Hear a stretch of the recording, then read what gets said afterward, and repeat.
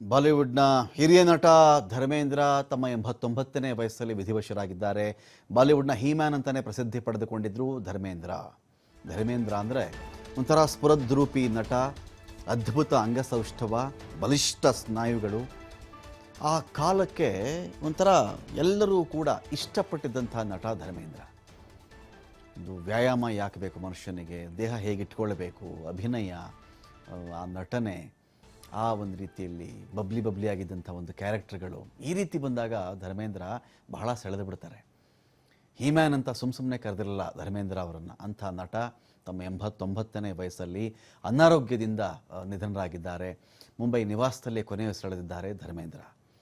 Hit cinema Sholay ಸೇರಿದಂತೆ ಹಲವು ಚಿತ್ರಗಳಲ್ಲಿ ಅವರು ಅಭಿನಯಿಸಿದರು. ಶೋಲೆ ಅಂದರೆ ಸಾಕು ಧರ್ಮೇಂದ್ರ, ಅಮಿತಾಬ್ ಬಚ್ಚನ್ ಮತ್ತು ಹೇಮಾ ಮಾಲಿನಿ ಅಂತ ಬಿಡಿಸಿ ಹೇಳುವಂಥ ಅವಶ್ಯಕತೆ ಇಲ್ಲ. ಅಷ್ಟರ ಮಟ್ಟಿಗೆ ವೀರು ಜೈ ಎನ್ನುವ ಒಂದು ಅದ್ಭುತ ಜೋಡಿ ಇದ್ದಂಥ ಒಬ್ಬ ಗಬ್ಬರ್ನ ಹೇಗೆ ಕಟ್ಟಾಕ್ತಾರವರು, ಹೇಗೆ ಅವನನ್ನು ಹಿಡ್ಕೊಂಡು ಬರ್ತಾರೆ ಅನ್ನೋ ಒಂದು ವಿಚಾರ ಇತ್ತಲ್ಲ, ಅದರ ಮೇಲೆ ಬಂದಂಥ ಒಂದು ಕಥೆ. ಆ ಕಥೆಗೆ ಜೀವ ತುಂಬಿ ಅಭಿನಯಿಸಿದ್ರು. ಆ ಕಾಲಕ್ಕೆ ಒಂಥರ ಹೊಸ ನೆರೆಟಿವ್ ಇದ್ದಂಥ ಒಂದು ಕಥೆ ಅದು, ಹೊಸ ಕಥೆ. ಏ ದೋಸ್ತಿ ಹಮ್ ನಹಿ ತೋಡೆಂಗೆ ಎನ್ನುವ ಒಂದು ಹಾಡಾಗಬಹುದು. ಆ ಒಂದು ಸಿನಿಮಾ ಎಲ್ಲ ನಮ್ಮ ರಾಮನಗರದಲ್ಲಿ ಶೂಟ್ ಆದಂಥ ಸಿನಿಮಾ ಅದು. ಆ ಸಿನಿಮಾದಿಂದ ಇವರ ಪ್ರಖ್ಯಾತಿ ಇನ್ನು ಉತ್ತುಂಗಕ್ಕೆ ಹೋಯಿತು. 1960ರಲ್ಲಿ ನಟ ಧರ್ಮೇಂದ್ರ ಚಿತ್ರರಂಗಕ್ಕೆ ಎಂಟ್ರಿ ಕೊಡ್ತಾರೆ.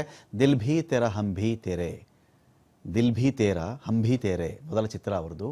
ಶೋಲೆನೂ ಸೇರಿ ಟೋಟಲ್ ಆಗಿ 300ಕ್ಕಿಂತ ಹೆಚ್ಚಿನ ಸಿನಿಮಾಗಳಲ್ಲಿ ಅವರು ಅಭಿನಯಿಸ್ತಾರೆ.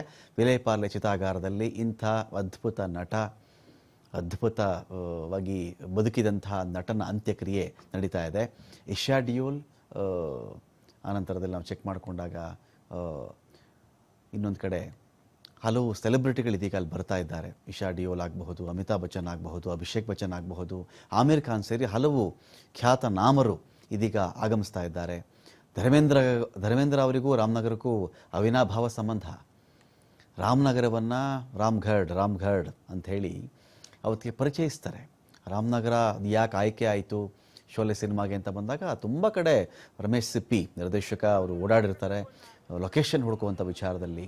ಅವರಿಗೆ ಇಷ್ಟವಾದಂಥ ಪ್ಲೇಸ್ ಅಂತ ಹೇಳಿದ್ರೆ ಅದು ರಾಮನಗರದ ರಾಮದೇವರ ಬೆಟ್ಟ. ಈಗ ರಾಮದೇವರ ಬೆಟ್ಟ ಅಂತ ಕರೀತಾರೆ, ಮೊದಲು ಆ ಭಾಗದಲ್ಲೇ ಅದು ರಾಮದೇವರ ಬೆಟ್ಟ. ಅದು ಇವರು ಶೋಲೆಗದು ರಾಮ್ಗಢ್ ಅದು ಇದು ಅಂತ ಊರೆಲ್ಲ ಮಾಡ್ಕೊಳ್ತಾರೆ. ಒಂದು ನಗರವನ್ನೇ ಕಟ್ಟಿರ್ತಾರೆ ಮತ್ತು ಜನತೆಯ ಕೋರಿಕೆ ಮೇರೆಗೆ ಅಲ್ಲಿ